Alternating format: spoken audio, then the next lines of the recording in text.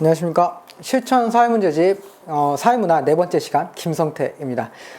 이번 시간은 개인과 사회구조에 대해서 좀 볼 건데요. 이 내용 같은 경우는 사실 엄청 많이 출제됐고요. 너무 많이 출제돼서 이제 더 이상 아무리 강조해도 부족하지 않을 정도로 많이 출제됐습니다. 그래서 많이 출제됐고, 그리고 앞으로도 출제될 가능성이 굉장히 높은 부분이고요. 사회문화에서 아주 중요한 단원 중 하나라고 생각하시면 될 것 같습니다. 그리고 여기서 이제 끝에 보면은 일탈이론 같은 거 나오게 되는데, 일탈이론은 오히려 2014년까지 이 책에 되어 있는데 2015년에 더 많이 출제됐어요. 그렇기 때문에 일탈이론 같은 경우 조금 더 자세히 보셔야 되고요. 일탈이론은 여기 말고도 뒤에 가서도 한 번 더 보게 될 겁니다.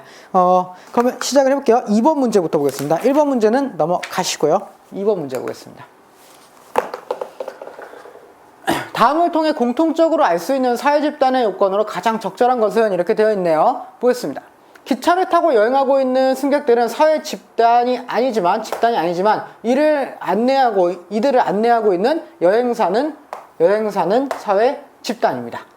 공연장에 모인 관객들은 사회 집단이 아니지만 그 공연을 보러 온 가족들은 사회 집단이다. 이렇게 되어 있네요. 그렇죠? 그래서 여기서 보시면 사회 집단이 무엇인가에 대해서 물어보고 있네요. 그렇죠? 사회 집단은 조건은 3가지가 있습니다. 3가지가 있어요. 어떻게 해야 되죠? 첫 번째는 2사람 이상. 2사람 이상. 네. 그죠? 두 번째는 목적을 가지고요.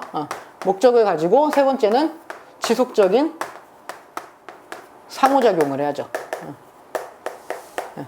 이 3가지 조건이 포함되어야 사회 집단에 해당된다라고 할 수 있습니다. 그래서 목적과 소속감, 소속감이에요. 죄송합니다. 목적과 소속감이 같이 있어야 돼요. 그래서 2사람 이상 그리고 소속감을 가지고 있고 지속적으로 상호작용을 해야 합니다. 그래야 뭐라고 할 수 있는 거예요? 사회 집단이라고 할 수 있는 거죠. 보게요. 그래서 공통점이 있어야 한다라고 하는 거예요. 여기 공통점은 다 갖고 있어요. 그래서 기차를 타고 여행하는 사람, 기차를 타고 있다는 공통점이 있죠. 그죠? 그렇지만 집단은 아니라고요. 엄격한 규범이 있어야 한다. 규범과 사회 집단과는 관계가 없습니다. 규범이 명확하지 않은 집단도 존재해요. 2사람이 이상이 모여야 한다. 2사람 이상 다 모여있죠. 기차 타고 있는 사람도 2사람 이상 모여있어요. 다만 기차를 타고 여행하고 있는 승객이나 공연장에 모인 관객들은 무엇이 없다는 거죠?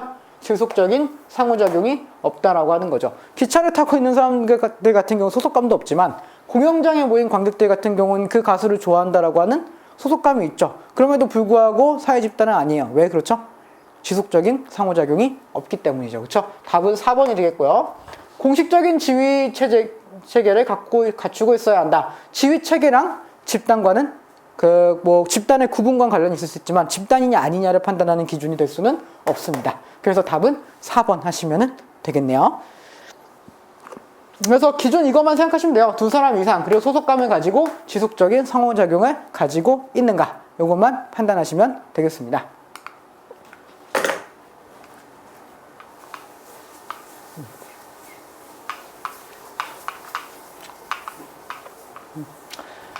4번 개인과 사회관계를 바라보는 갑과 을의 관점에 대한 설명으로 옳지 않은 것을 골라라. 이렇게 되어 있죠. 볼게요. 뭐니 해도 사람을 봐야지. 정치를 하는 것은 결국 사람이니까. 정치를 하는 것은 결국 누구니까? 결국 사람이니까. 그래서 정당보다는 누가 중요하다? 후보자의 됨됨이가 더 중요하다. 즉 그래서 정당하고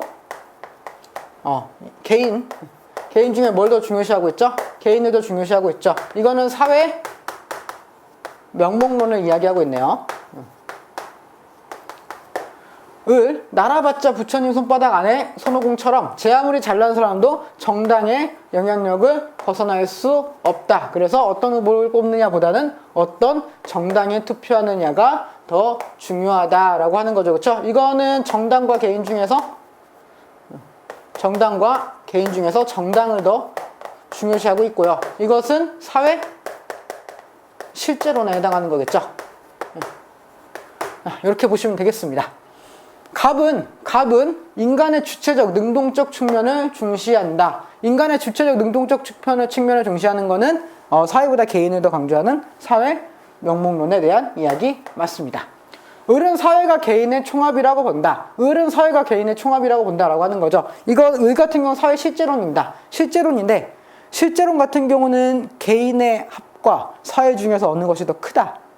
사회가 더 크다죠. 그쵸? 개인 이상이라는 거예요. 그래서 단순한 개인의 합이 아니라 단순한 개인의 합보다 더 큰 무언가가 있다라고 하는 게 사회 실제론에 대한 이야기죠. 그렇기 때문에 사회가 개인의 총합이라고 본다는 거는 사회 명목론에 대한 거고요. 사회 실제론이 되려고 한다면은 사회가 개인의 총합보다 크다가 돼야 되겠죠. 그렇죠? 그래서 2번은 아니고요.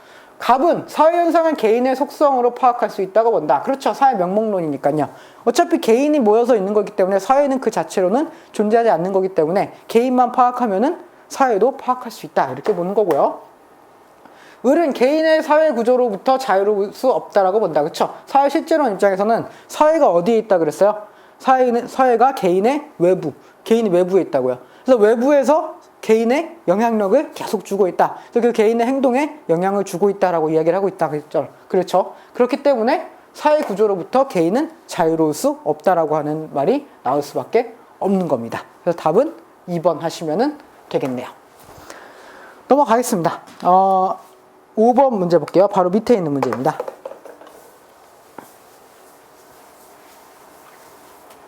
다음은 개인과 사회 간의 관계에 대한 어떤 관점을 나타내는 주장이래요. 이 관점에 부합하는 설명으로 옳은 것을 골라라. 이렇게 되어 있죠.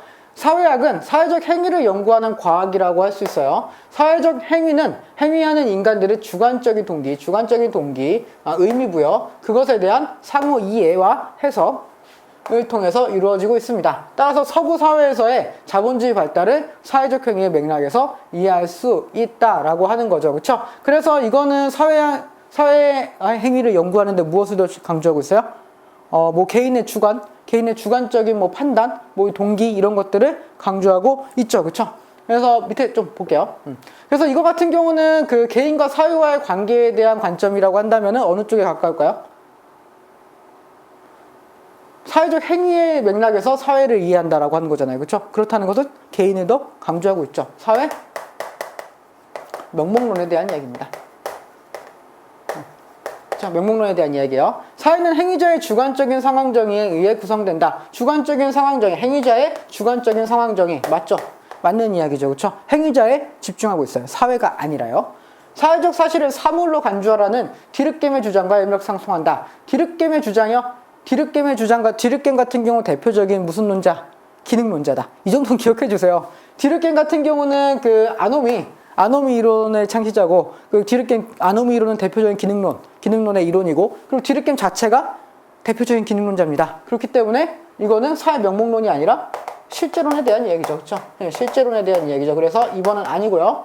사회는 개인들의 종합 이상이기 때문에 개인으로 환원할 수 없는 고유한 성격을 가진다. 이거는 실제론에 대한 이야기죠. 그렇죠? 실제 뭘 보면 알 수 있어요? 사회는 개인들의 총합 이상이고 개인으로 환원할 수 없다라고 하고 있잖아요. 그렇죠? 그래서 실제론에 해당하는 거니까 틀렸고요. 사회는 하나의 유기체와 같아서 각 개인은 사회 속에서 각자의 역할을 담당하며 사회 실체를 존속시킨다. 여기서 보시면 사회는 하나의 유기체라고 했죠. 그렇죠? 그 사회 유기체론은 대표적인 실제론에 해당합니다. 그렇기 때문에 4번도 틀린 내용이 되겠네요. 답은 몇 번이죠? 답은 1번. 명목론에 대한 내용은 1번밖에 없습니다. 만약에 이런 문제가 나왔습니다. 그래서 보면은 사회와의 관계, 개인과 사회의 관계를 물어보고 있고 이게 판단이 안 될 수도 있잖아요. 그렇잖아요. 판단이 안 될 수도 있죠. 그때 잠깐 가고 갑자기 멘붕이 올 수도 있잖아요. 멘탈이 나갈 수도 있어요. 그래서 이게 판단이 안 됐다라고 한다면 어떻게 하시면 돼요? 보기를 보시면 돼요. 어차피 답은 하나고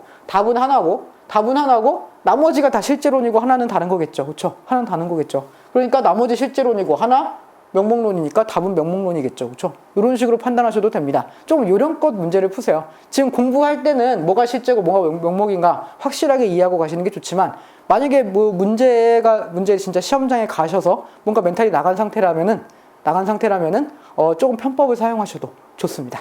네. 어쨌든 뭐로 가든 합격하시면 됩니다. 네. 넘어갈게요. 6번 문제 보겠습니다.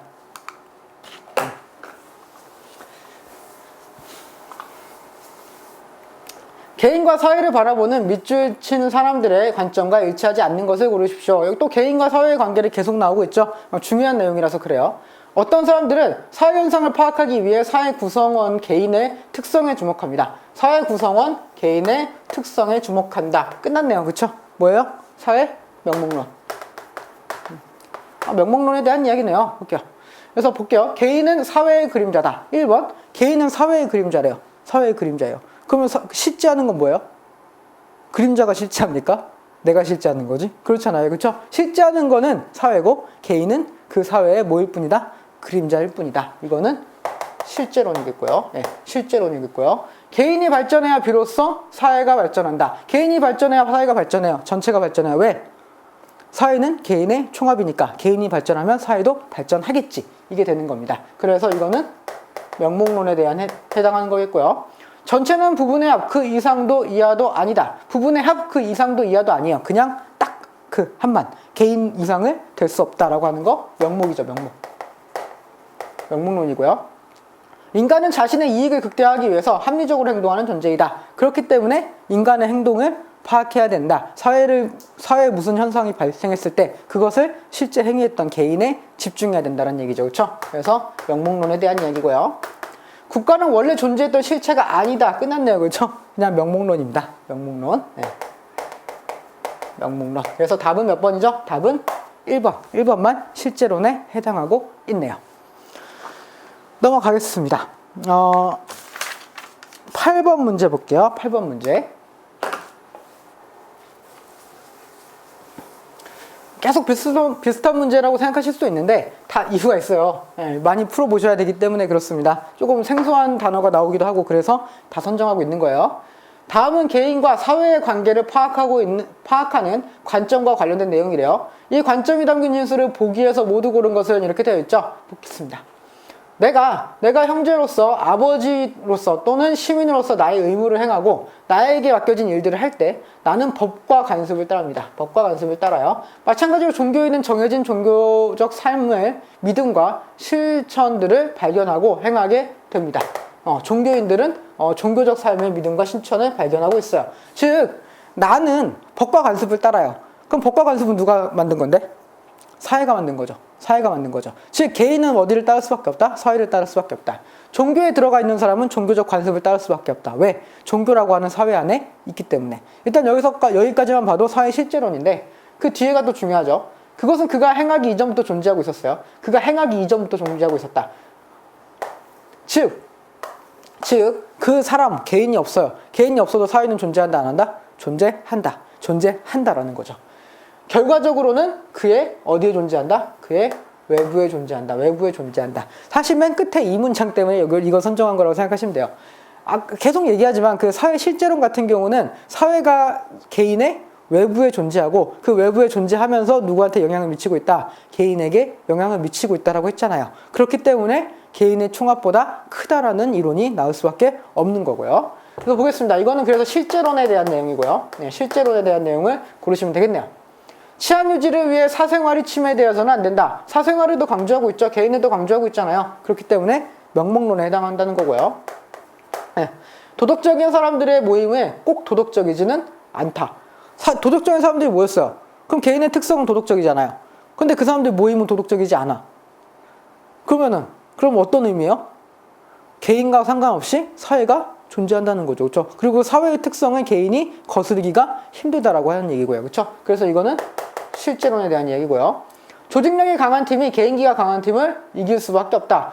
개인과 조직 중에서 조직을 더 강조하고 있죠. 그렇죠? 그래서 이거는 실제론에 대한 얘기고요. 실제론. A국의 한 사람을 깊이 사귀면은 그 사람과 사회 구조를 알 수 있다. 그래서 한 사람, 바로 개인을 알면은 사회 구조를 알 수 있다. 개인이 사회 구조를 보여주고 있다라고 하는 것. 이것은 명목론에 대해 해당하는 거겠네요. 그렇죠? 답은 니은과 디귿 3번 하시면은 되겠습니다. 어렵지 않죠? 그렇죠? 이런 식으로 푸시면 돼요. 사회 실제론과 명목론 문제가 생각보다 많이 나오니까 그런 거 확인하셔서 푸시면 되겠습니다. 넘어갈게요. 11번 문제 보겠습니다.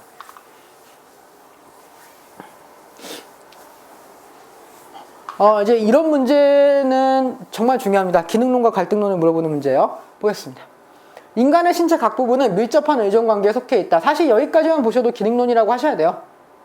여기까지만 보셔도 기능론이라고 하셔야 된다고요. 왜? 각 신체의 부분들이 밀접한 의존관계에 속해 있고 이거는 뭐라는 거예요? 유기체. 유기체와 같이 행동하고 있다. 사회 유기체설이라고 하는 거고요. 각각의 기능을 하고 있다라고 하는 거죠. 어느 하나가 없으면은 몸이 고장나거나 아플 수밖에 없다라고 하는 얘기잖아요. 볼게요. 가령 피가 나면 신체 내부의 상호작용에 의해서 피를 먹게 하고, 그쵸? 먹게 하고, 그리고 세균의 침입을 방지해서 건강을 유지하게 하듯이 사회의 모습도 이와 같다. 뭔가 문제가 발생하면은 그거를 치료한 다음에 다시 사회를 유지시키도록 한다. 이런 얘기죠. 그쵸? 사회도 유기체와 같이 상호 의존하고 있는 부분들이 개체로 이루어져 있다라고 하고 있습니다. 이거는 기능론이구나 하시면 되겠네요. 보겠습니다. 구성 요소들이 상호 의존하면서 사회 전체의 유지통합, 기능론의 핵심 키워드네요. 기능론이고요. 기능론. 사회 제도는 희소 가치가 합리적 기준에 의해서 차등 분배된다고 분배로 발생한다. 이거 그 기능론이라는 거 아셔야 됩니다. 확실히 기능론이에요. 볼게요. 사회 제도의 희소 가치가 있어요. 그거를 분배하는데 분배하는 기준이 어때요? 합리적이에요. 합리적인 기준이라는 거죠. 갈등론은 기본적으로 무엇에 대한 문제를 지적합니까? 분배 구조에 대한 문제를 지적한다고요. 근데 여기서 보면 뭐예요? 합리적 기준에 의해서 차등 분배를 하고 있다는 거잖아요. 즉, 이 차등 분배, 불평등이라고 하는 것은 합리적 기준에 의한 것이기 때문에 당연하다라고 이야기하고 있는 거잖아요. 그렇죠? 그렇기 때문에 이거는 기능론이죠. 기능론에 해당한다고 보셔야 되는 게 맞습니다. 사회는 일정한 방향으로 진보한다 이렇게 되어 있는데 여기서 보면은 그 일정한 방향으로의 진보라고 하는 게 핵심 키워드가 되겠습니다. 일정한 방향으로 진보한다는 얘기잖아요.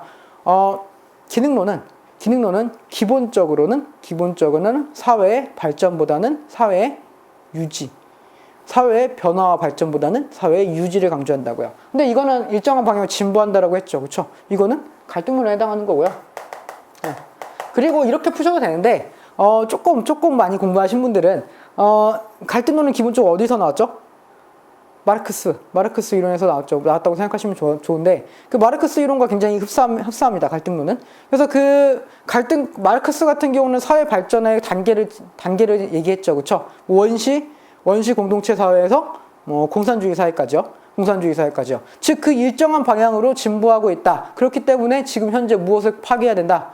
자본주의가 지금 발달된 자본주의를 깨부수고 그리고 나서 사회주의로 넘어가야 된다. 이런 얘기를 하고 있는 게 마르크스의 이론이고 갈등론 이론 아닙니까? 그렇죠? 그래서 분배 구조에 대한 근본적인 개혁, 그다음이 그게 바로 앞으로 나아가는 사회 진보를 이야기한다라고 하고 있는 거죠. 그렇죠? 그렇기 때문에 그런 식으로 생각을 하셔도 일정한 방향으로의 진보, 즉 유물사관과 관련된 내용이니까 갈등론에 해당한다라고 보시는 게 타당합니다. 갈등을 통해서 사회는 발전한다. 갈등을 통한 사회 변동과 발전을 이야기하는 것은 당연히 갈등론에 해당하는 거죠. 그렇죠? 그래서 답은 기억과 니은 1번 하시면 되겠습니다. 12번 문제 볼게요.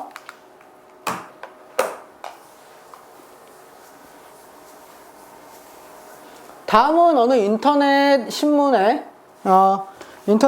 기사의 일부래요. 그래서 보겠습니다. 어로장 연봉이 수억 원이고요. 뱃사람들의 꿈이래요. 그래서 선단의 총책임자인 어로장은 연봉 5억에서 6억 원은 기본이고 이와 별도로 생산 장려 수당을 3억에서 많으면 6억까지 받는데요. 스타 어로장의 연봉은 수억 원에서 10억 원까지 된다. 이런 얘기네요. 부럽네요. 엄청 많이 부럽네요. 그렇죠? 10억 원까지 본대요. 밑에 보겠습니다. 한 사람은 어로장의 능력이 전체 선단의 어업 실적을 좌우한대요. 이렇게 사회적으로 중요한 일이 있어요. 직업의 귀천이 있네요. 직업의 귀천이 있죠. 그렇죠? 이거는 기능론이네. 이렇게 보셔야 되겠고요. 아무리 첨단 장비로 과학적인 조업이 이루어져도 어로장의 실력은 못 따라가니 할 수 없다라고 이야기를 하고 있네요. 즉 아무리 첨단 과학적인 조합이 이루어져도 어로장은 필요하다는 거예요. 그렇기 때문에 어로장은 굉장히 중요한 역할을 하고 있고 그에 따른 보상은 당연하다, 정당하다라고 이야기를 하고 있네요. 그래서 위에 댓글에 단 사람들의 관점, 뭐죠? 기능론이죠.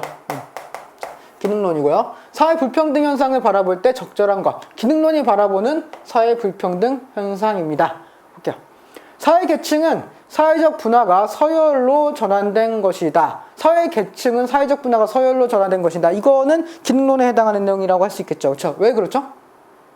사회적 분화. 사회적으로 사회적 역할이 막 분화가 돼요. 사회적 역할이 분화가 되고 더 중요한 역할, 더 안 중요한 역할이 생긴다는 거죠. 그렇죠? 그래서 그에 따른 뭐가 보상 체계가 나뉜 거고요. 그 보상 체계가 뭐가 된다는 얘기예요? 서열이 된다는 거죠. 서열이 된다는 거죠. 그렇기 때문에 이거는 맞는 이야기고요. 지위와 역할은 사회 전체의 요구 충족, 사회 전체의 요구 충족을 위해서 규정된 것이기 때문에 정당하다라고 하는 이야기를 하고 있네요. 그래서 맞고요.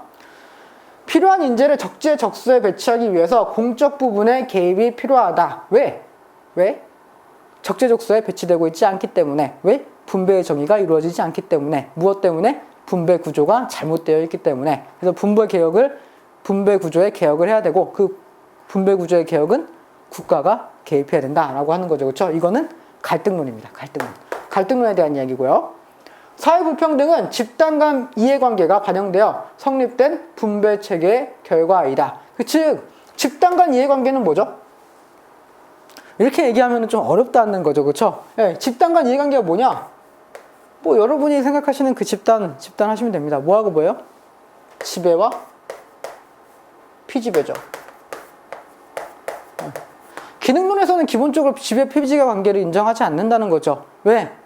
누구나 똑같이 노력을 해서 그 중에서 좋은 능력을 갖고 있는 사람들이 좋은 곳에 위치되는 것이지, 뭐 자본가 그룹, 노동자 그룹 이런 거 없고, 뛰어난 그룹, 떨어지는 그룹 이런 거 없고요. 그렇죠? 그렇기 때문에 공정하다라고 이야기할 수 있는 거 아닙니까? 하지만 갈등론은 아니라는 거죠. 집단 간의 이해, 지배 집단이라고 하는 집단이 있고 피지배 집단이라고 하는 집단이 있어요. 자본가라는 집단이 있고 노동자라고 하는 집단이 있다고요. 그 사람들 간의 이해관계가 반영되고요. 특히나 어디에 이해관계가 반영된 거예요?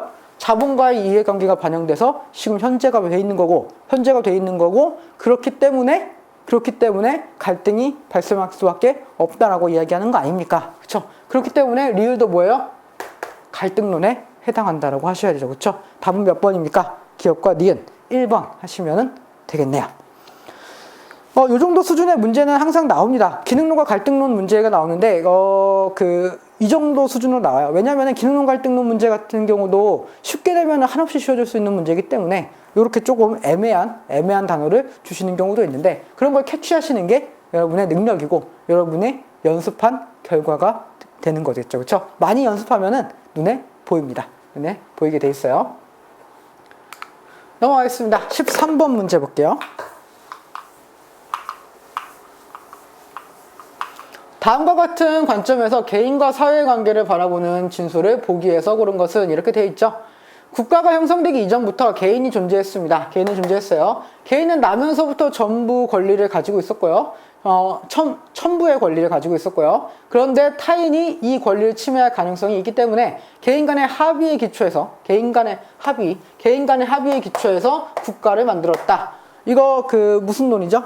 사회 명목론이고요. 당연히 명목론이죠. 그렇죠? 사회 계약설. 사회 계약설이고 대표적인 사회 명목론. 명목론에 해당하는 내용이다. 이렇게 보시면 되겠습니다.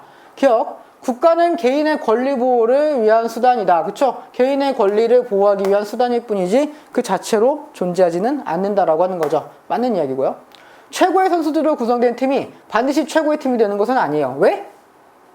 선수들만으로 팀이 구성되는 게 아니라 사회라고 하는 새로운 무언가가 있어야 되니까. 그렇죠? 그 집단의 조직력 이런 것들이 중요하기 때문에 그렇습니다. 그렇기 때문에 반드시 최고의 팀이 되는 것은 아니다라고 하는 거는 실제론에 해당하는 거겠죠. 그렇죠? 사회 실제론에 해당하는 거고요. 민족혼도 따지고 보면은 민족 구성원에 강조하고 있네요. 민족 구성원의 특성을 합쳐놓은 것에 불과하기 때문에 결국 민족이라고 하는 것도 개개인의 합일 뿐이다라고 하는 거죠. 그렇죠? 그래서 맞는 이야기가 되겠죠. 그렇죠? 사회 명목론에 대한 이야기고요. 선거에서 후보자의 자질보다는 정당의 이념을 선택 기준으로 삼아야 한다라고 하는 거는 사회 실제론에 해당하는 거죠. 개인보다 정당을 더 중요시하고 있으니까요. 그래서 답은 기억과 디귿 하시면 되겠습니다. 2번이 되겠네요. 넘어가겠습니다. 쭉쭉 넘어가서 17번 문제 볼게요. 622페이지입니다. 이제 역할과 역할 행동, 역할 갈등 뭐 이런 걸 보고 있는데 이 부분에서 문제가 조금 나왔어요. 문제가 조금 나왔기 때문에 앞으로도 나올 거란 생각을 하시고 준비하셔야 됩니다. 다음 가, 나가 의미하는 사회학적 개념을 각각 바르게 연결한 것은 이렇게 돼 있죠. A와 B는 모두 일반계 고등학교 교장이래요. 교장이에요. 근데 A 교장은 인성교육보다는 학력 신장에 더 중점을 주는 편이고요. B 교장은 학력 향상보다는 인성교육에 더 중점을 두는 편입니다. 그렇다는 건 이 교장들은 지금 역할을 맡은 겁니까? 역할 행동을 한 겁니까? 역할 행동을 한 거죠. 학력 신장에 더 중점을 두는 역할을 하신 거고요. 인성교육에 더 중점을 두는 역할을 하신 거라고요. 즉, 이거는 역할을 한 거죠. 역할, 행동이죠. 행동이죠. 결혼한 여성 공무원인 C씨는 어머니로서의 역할이 첫 번째 역할이고요. 공무원으로서의 역할, 두 번째 역할이겠네요. 그렇죠? 이 둘 중에서 어느 것을 먼저 수행해야 할 것인가를 고민하는 경우가 많다라고 하는 것은 역할이 두 가지가 있죠. 그렇죠? 한 사람의 개인한테 역할이 두 가지 이상이 생기게 되고 그 두 가지 역할이 충돌하고 있는 걸 보여주고 있죠. 역할, 갈등이죠. 그래서 역할 행동과 역할 갈등을 꼽은 것 3번이 정답이 되겠습니다. 넘어갈게요. 18번 문제 보겠습니다.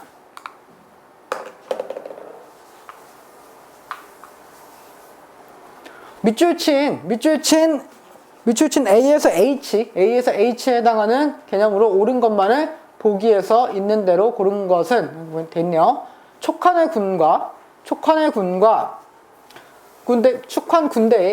군대의 작전을 총괄하고 있는, 제가 잘 못 읽는 게 잘 안 보여서 그래요. 네, 실판이. 네, 죄송합니다. 네, 이제 정말 잘 읽을게요. 자세히 보고.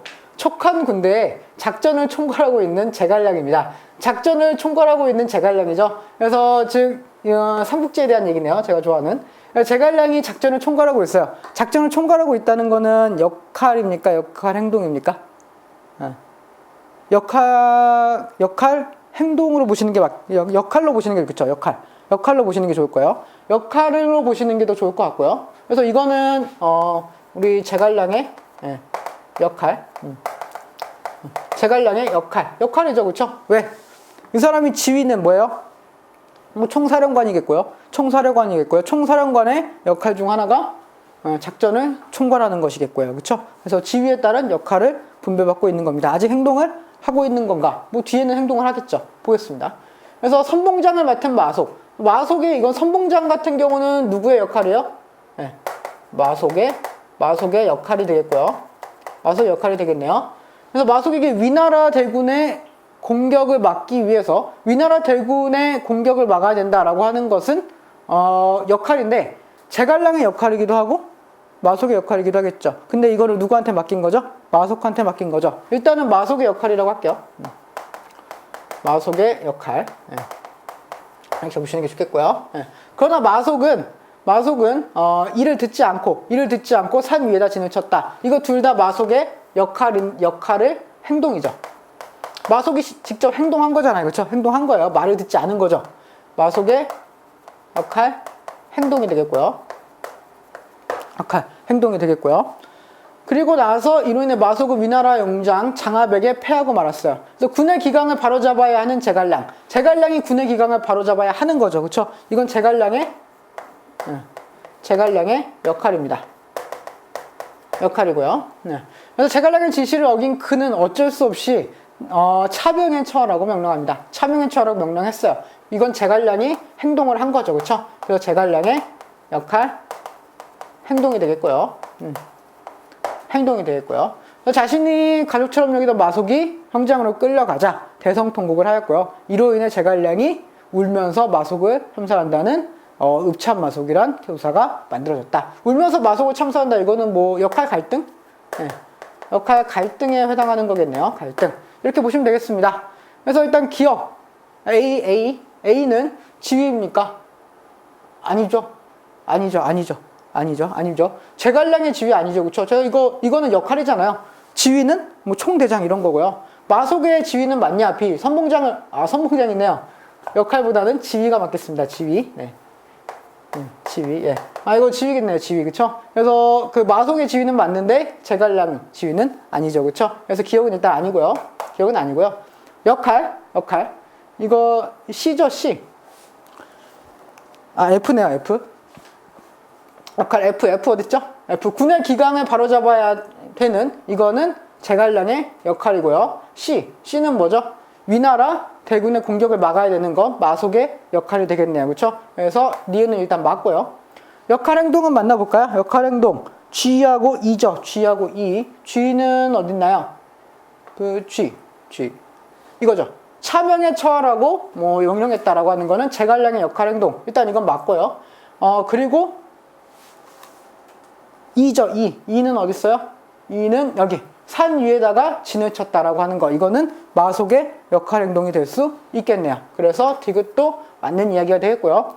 역할 갈등은 H밖에 없는데 두 개가 있을 리가 없죠. 그렇죠? 마속의 역할 갈등은 여기는 나타나지 않습니다. 그렇기 때문에 리을은 일단 아니라 이렇게 보시면 되겠고요. 그래서 니은과 디귿 하시면 되겠네요. 답은 3번입니다. 넘어갈게요. 19번 문제 볼게요.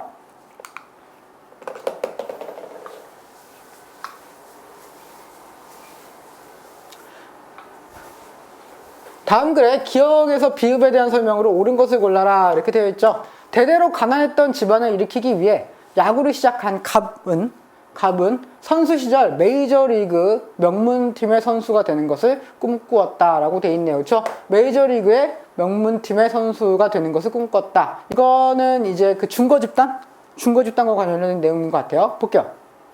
기억은 갑에게는 중고집단이라 되어 있고요. 을에겐 내집단이냐 이건 아직 알 수 없네요. 일단 요거는 맞습니다. 예. 그러나 부상 때문에 해외 진출을 포기하고 코치 생활을 하다가 국내 프로야구팀의 사장이 됐습니다. 사장이 됐어요. 사장이. 그리고 최근 팀의 주전 투수인 을이 계약 만료가 되자 메이저리그로 이적을 요청했고요. 최근 팀의 선수가 메이저리그 이적을 하고 싶다고 했대요.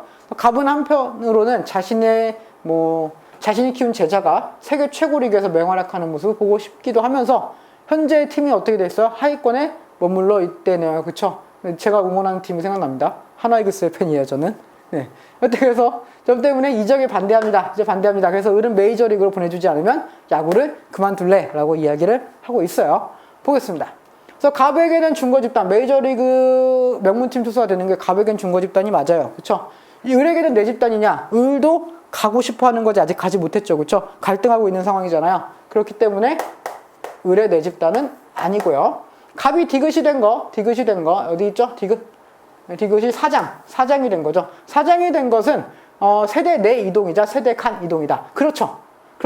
대대로 가난한 집안에 있었어요. 그래서 아버지의 지위는 낮았겠죠. 그런데 이 사람은 뭐가 된 거예요?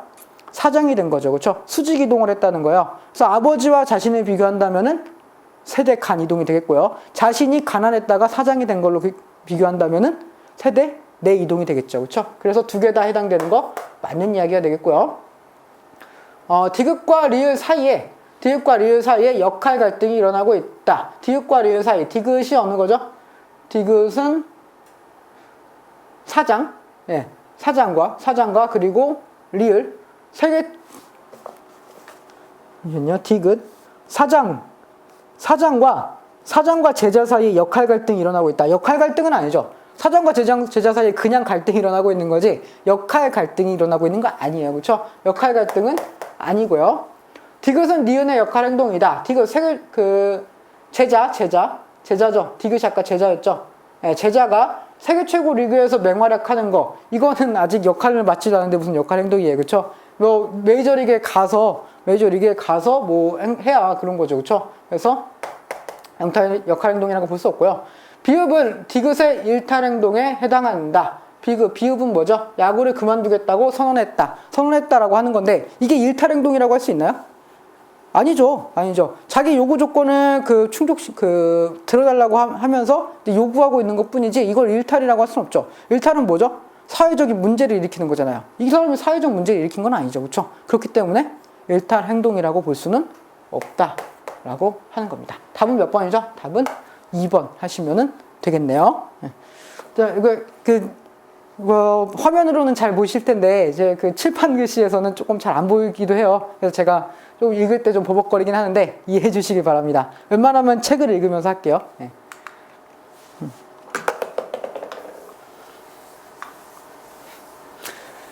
20번 사회 이동 유형인 가나다에 대한 설명으로 옳지 않은 것은 이렇게 되어 있네요. 가는 세대 간 이동이고요. 나는 세대 내 이동이고요. 다는 구조적 이동을 이야기하고 있습니다. 그래서 이렇게 딱 나누면은 뭐하고 뭐죠? 개인적 이동, 구조적 이동 이렇게 보시면 되겠죠. 볼게요. 부모와 자녀의 계층 비교를 통해서 가를 파악할 수 있다. 그렇죠. 부모의 계층과 자녀의 계층을 파악해서 세대 간 이동이 이루어졌는가를 보면은 되겠죠. 그렇죠? 그래서 맞는 이야기고요. 계층을 세습한 사람이 나를 경험할 경우 그의 사회 이동은 가에도 해당한다. 이거 아까 이야기했죠. 아까 이야기했어요. 계층 이동을 합니다. 부모가 있고요. 예. 부모의 지위를 어떻게 했어요? 자녀가 그대로 물려받았다고요? 자녀가 그대로 물려받았어요. 근데 자녀가 어떻게 한 거예요? 뭐 이동을 했죠. 사회 이동을 했어요. 그래서 세대 내 이동을 합니다. 그럼 자녀가 사회 이동, 뭐 수직 이동을 했다고 생각합시다. 상승 이동을 했다. 상승 이동을 했어요. 그러면 부모와 자녀 비교했을 때 세대 간 이동이고요. 자녀의 초기와 후기를 비교했을 때 세대 내 이동이죠. 그렇죠? 그래서 두 개 다 해당한다는 거 맞는 이야기가 되겠고요. 폐쇄적 계층 구조입니다. 폐쇄적 계층 구조를 갖는 사회에서는 원칙적으로 나는 허용되지만 다는 허용되지 않는다. 이거는 조금 문제가 있는 지문이네요. 세대 내 이동과 세대 간 이동이랑 상관없이 무엇이 있는 거예요? 수직 이동과 수평 이동이 있는 거잖아요. 그렇죠? 여기서 이야기하는 건 세대 간 세대 내 이동과 관계없이 수직 이동이 그 문제가 되는 거죠. 그렇죠? 수직 이동이 문제가 되는 거고 그 수평 이동은 괜찮은 거예요. 즉 폐쇄적인 계층 구조라고 했을 때는 수직 이동만 문제가 되는 것이고 수평 이동은 괜찮다. 하지만 수직 이동은 세대 내 이동에서도 수직 이동이 있고 수평 이동이 있고요. 세대 간 이동은 수직 이동밖에 없죠. 어쨌든 세대 내 이동 중에서 수평 이동은 허용된다는 거예요. 그렇죠? 수직 이동은 허용이 안 되고요. 그렇죠? 그래서 이 지문 자체는 문제가 있는 지문이다라고 하셔야 되겠죠. 그렇죠? 답은 3번이 되겠고요. 신분제도의 폐지는 가나다를 모두 초래할 수 있다. 그렇죠? 신분제도가 폐지됐어요. 그러면은 만약에 자기 아버지가 옛날에 노비였는데 뭐 상승 이동할 수 있죠. 그렇죠? 그럼 세대 간 이동이 되겠고요. 나는 노비인데 갑자기 올라갔으니까 상승 이동, 세대 내 이동이 되겠고요. 사회 구조 자체가 바뀌었죠. 신분제 폐지라는 사회 구조가 바뀌면서 내 신분이 상승한 거니까 구조적 이동도 되는 거죠. 그렇죠? 그래서 4번도 맞는 내용이 되겠습니다. 답은 3번 하시면 되겠네요. 좋습니다. 그럼 다음 23번 문제 한번 볼게요. 밑줄 친 기억에서 미음에 대한 설명으로 옳은 것을 골라라 이렇게 되어 있죠. 그렇습니다. 세기의 수재, 엄친딸 존경자, 최고의 여성학자 000, 뭐 32세에 한국계 최초로 하버드 법대 교수에 임명되었다. 대단하신 분이네요. 그래서 이후 4년 안에 교수단 심사를 만장일치로 통과해서 아시아 여성 최초로 하버드 법대 종신교수 선출되었다. 이렇게 돼 있네요. 그래서 아시아 여성 볼게요. 아시아 여성은 성취주의냐? 아시아 여성이 어떻게 성취주의예요? 내가 열심히 노력해서 아시아 여성이 되었다. 이겁니까? 아니잖아요. 그렇죠? 태어나자마자 그냥 아시아 여성이 된 거잖아요. 그렇죠? 그래서 성취주의라고 볼 수 없고요. 그렇죠? 귀속주의라고 봐야 되겠죠. 그리고 하버드 법대 종신교수죠. 니은 하버드 법대 종신교수가 역할에 대한 보상이다? 그냥 역할이죠. 하버드 법대 종신교수는 역할이고요. 아직 역할 행동하지 않았고요. 역할 행동에 대한 뭐 보상이 왔다라고 한다면은 그게 뭐 보상이 되겠죠. 혹은 뭐 월 급여를 받았다 뭐 이런 내용이 나와야 되잖아요. 그렇죠? 그래서 역할에 대한 보상이라기보다는 그냥 역할 그 자체라고 보셔야 되겠고요. 아닙니다.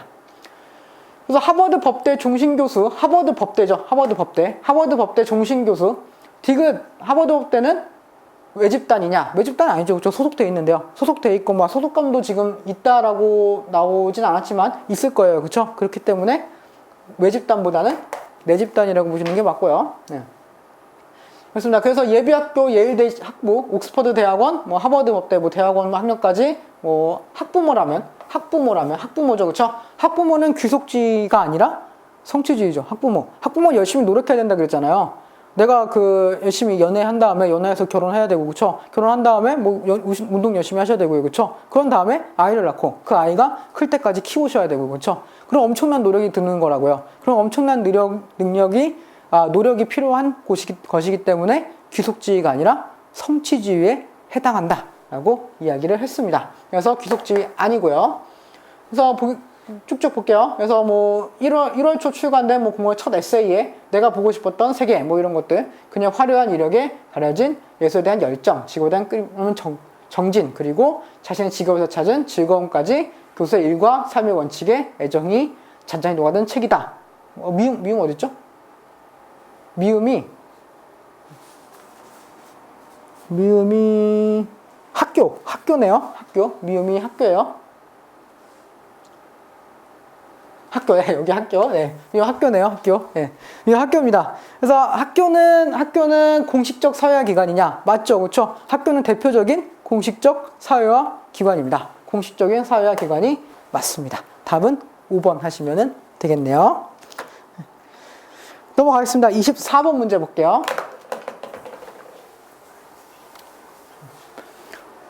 밑줄 친 기억에서 미음에 대한 설명으로 옳은 것을 골라라 이렇게 되어 있죠. 하나씩 보겠습니다.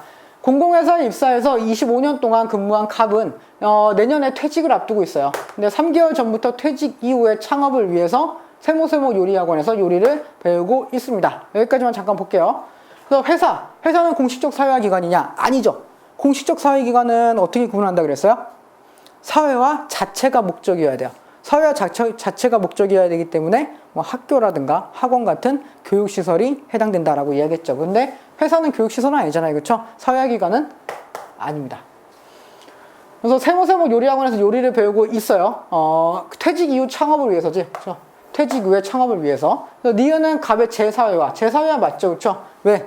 회사에서 나가게 됐을 때 미래를 대비하고 있는 거니까 뭐 새로운 환경에 적응하기 위해서 요리 배우는 거고, 그리고 얘기사회화 맞죠? 왜?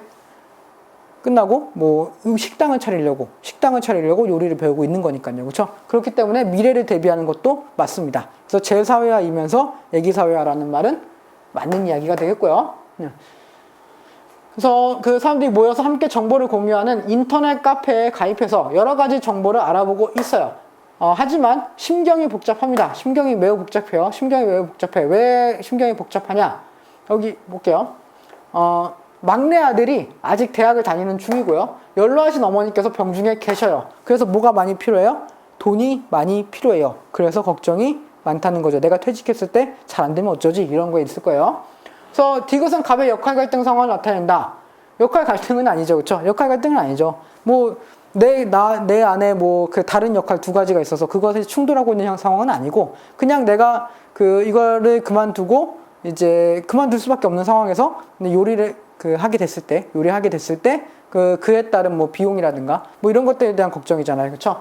그렇기 때문에 여기서 역할 갈등이라고 보는 것은 조금 무리가 있다라고 하는 거죠. 리을과 미음은 모두 귀속지위냐? 리을은 뭐죠? 리을은 막내 아들 귀속지위 맞죠? 그렇죠? 내가 막내 아들이 되고 싶어서 그런 거 아니잖아요. 그렇죠? 저도 막내거든요. 저 되고 싶어서 막내가 되진 않았어요. 저도 나름 형이고 싶습니다. 그렇죠? 저도 기회만 되면은 저보다 형이 돼갖고. 네. 그만 얘기할게요. 네. 보겠습니다. 그런 다음에, 그래서 연로하신 어머니는 성취지위죠. 어머니는 성취지위에 해당합니다. 그래서 답은 몇 번이에요? 답은 2번입니다. 네. 넘어갈게요. 25번 보겠습니다.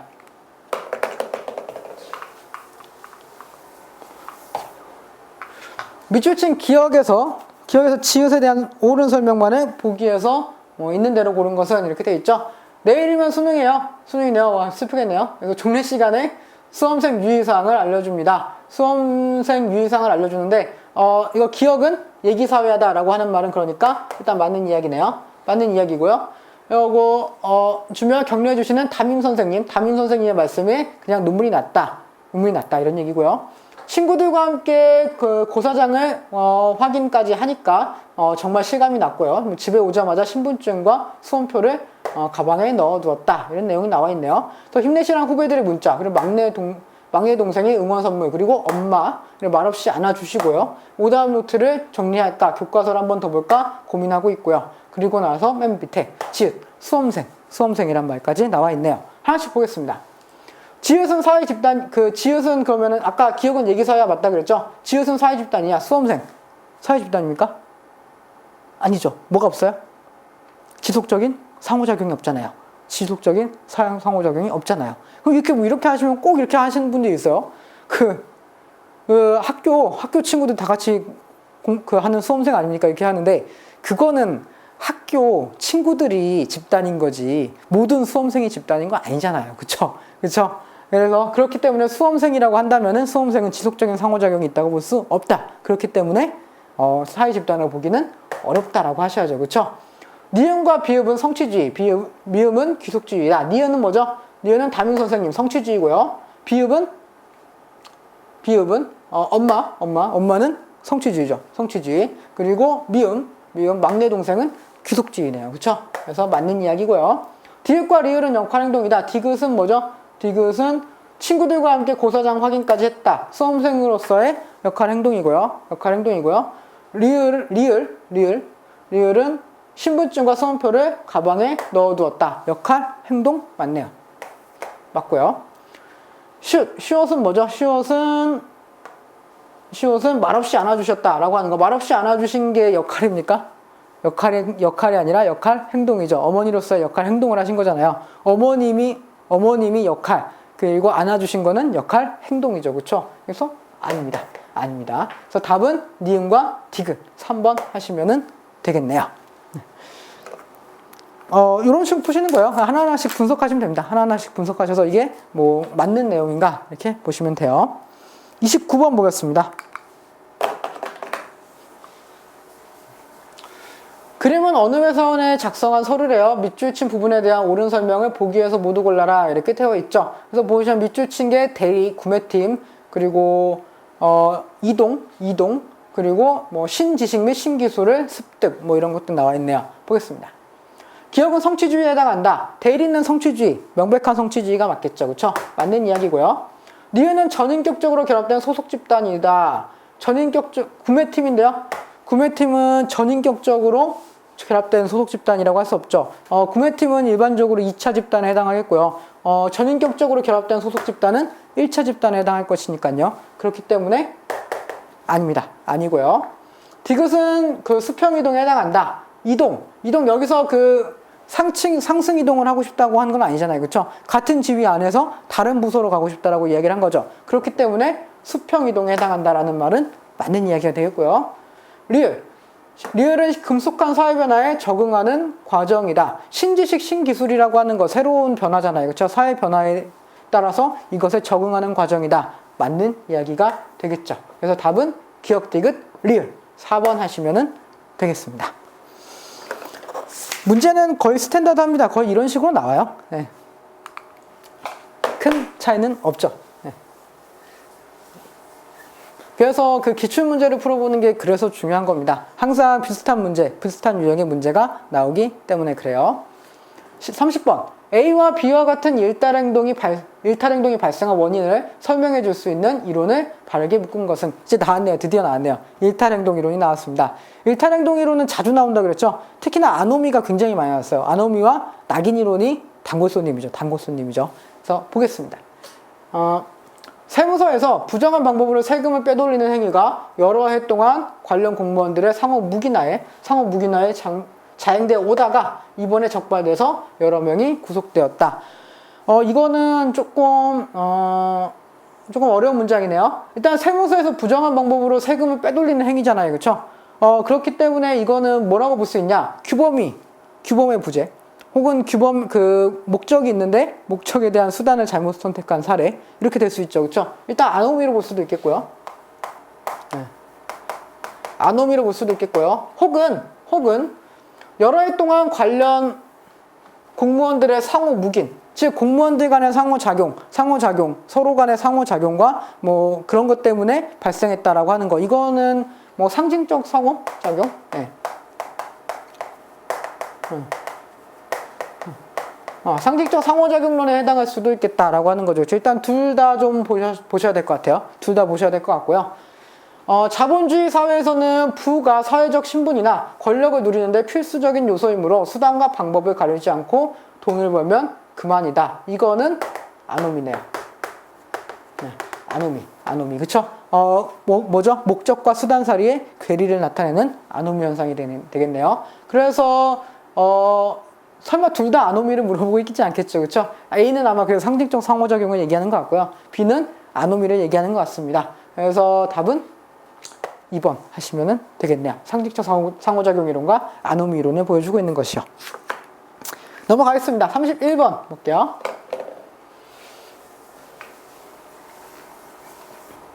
아래 사례를 설명하기에 가장 적절한 이론은 이렇게 되어 있죠. 공공경찰서는 전국에 주택가를 돌며 수천만 원 상당의 금품을 훔친 혐의로 5인조 절도범을 붙잡아 모두 구속합니다. 경찰 조사 결과 이들은 같은 교도소에 복역하면서 알게 된 사이입니다. 그래서 다른 범죄자들로부터 새로운 범죄 기술을 배웠고요. 그들과 교류합니다. 교류하면서 추가적인 범죄 동기를 제공받은 것으로 드러났다. 즉, 이거는 이 사람들은 일탈자들끼리 집단이 생겨서 그 집단 간의 상호작용이 일어났고 그렇기 때문에 또다시 일탈 행위를 했다라고 하는 얘기잖아요. 이거는 차별교제 이론이겠네요.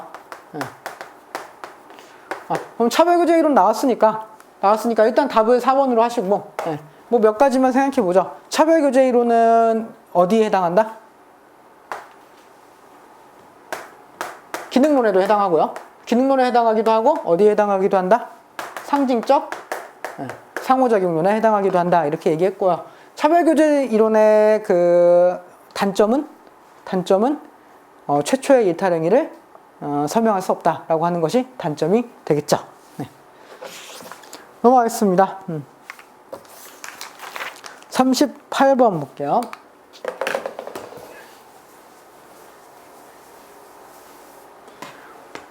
다음의 예와 관련한 일탈행동의 설명은 이렇게 되어 있죠. 한 여자가 수영장에서 비키니 수영복을 입고 있는 것은 지탄의 대상이 아님이지만 길에서 비키니를 입고 있어요. 그러면은 사회적 지탄의 대상이 된다라고 하는 거죠. 그렇죠? 뭐 남자들이 좋아하고 싫어하고 이거의 문제가 아니라 사회적으로 지탄받을 만한 일이 되겠죠. 그렇죠? 밑에 타인을 폭행해서 안 되지만 정당 행위는 인정된다. 만약에 내가 사람 때리면 안 되지만 누가 나를 막 때리려고 해요. 그쵸? 때리려고 하고 이미 많이 맞았어. 그쵸? 그럼 나도 반격할 수 있다는 얘기죠. 그쵸? 그런 의미예요. 즉 엄밀한 의미에서 뭐는 없다? 엄밀한 의미에서 일탈행동의 객관적 기준은 없다라고 하는 거겠죠. 그쵸? 요거는 미시적 입장이겠고요. 미시적 관점이겠고 대표적으로 뭐 상징적 상호작용론이 나올 수 있겠네요. 보겠습니다. 일탈행동의 기준은 한 사회에서도 경우에 따라 달라질 수 있다. 이게 뭐 답이 나왔네요. 그렇죠? 답은 일단 1번이고요. 사회의 목표와 가치는 분명하나 그 목표에 접근할 기회가 적절하게 주어지지 않음으로써 일탈행동이 발생한다. 이거는 기능론이고요. 기능론. 일탈행동은 법에 위반되는 행위여야 한다. 뭐 이거 무슨 상관입니다. 아무 관계 없어요. 이거랑 아무 관계 없고요.